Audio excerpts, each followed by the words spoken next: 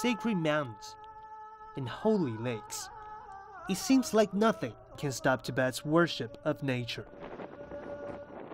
400 kilometers south of Chamdo City lies a divine beauty relatively unknown to the outside world. From its name, we can easily see that Tibetans have a special affinity for it. They call it Laigu, or Shangri-La. Right behind me is the small section of the Laigu Glacier, which experts believe is the largest of its kind in Tibet and one of the largest in the world. However, despite its enormous bulk and splendor, the stunning creation of nature is now in danger of melting away. Over the past 30 years, RAWU Lake, the waters beneath the glacier, has become 5 times larger, a result of the notorious global warming. We have banned motor vehicles from entering the region to reduce greenhouse gas emissions. We have asked tourists to only observe the glacier from afar to ensure less human contact.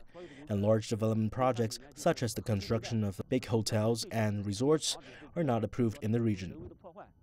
The nearby Laigu village has become a real tourist attraction in recent years. FANG said that last year the locals took in more than 600,000 yuan from visitors. Not that big a number on the face of it, but it's significantly higher than previous years when agriculture and herding were the pillars of the local economy. But they are also not getting carried away by this growth. In a bid to preserve the idyllic setting, they're limiting the numbers of daily tourists to just 500. Then in what seems another world, but really only on the other side of the Ningqi prefecture, the locals live in the midst of oceans and oceans of green forest. With some of the world's oldest and tallest trees, LULANG is actually known as the Switzerland of Tibet. Actually, the intense development of its tourism attractions started about 5 years ago and has generated handsome profits from tourists across the nation. With 2.5 billion yuan worth of investment in 2012, a plan to build a scenic town in the gigantic woodland was conceived.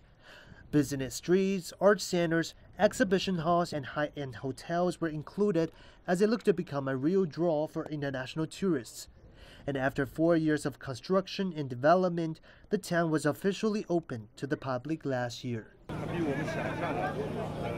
Tibet is even better than our expectations. The scenery here is so beautiful and clean. The environment is very good. I feel very surprised. I've never been in Tibet before. Neither did I expect such stunning natural scenery. The conservation of vegetation is so good. Even the local villagers are overcome with excitement. By letting out guest houses, some of them earned more than 300,000 yuan last year, a huge leap in their income.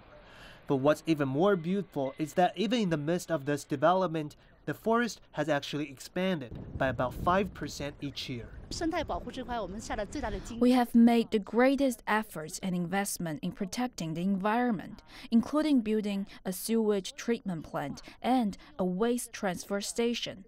All the trees we planted here are local species to maintain the ecological stability. Some people believe that environmental protection and economic development are fundamental foes. But the Tibetan people are proving, with their age-long respect for nature, that the two can be complementary.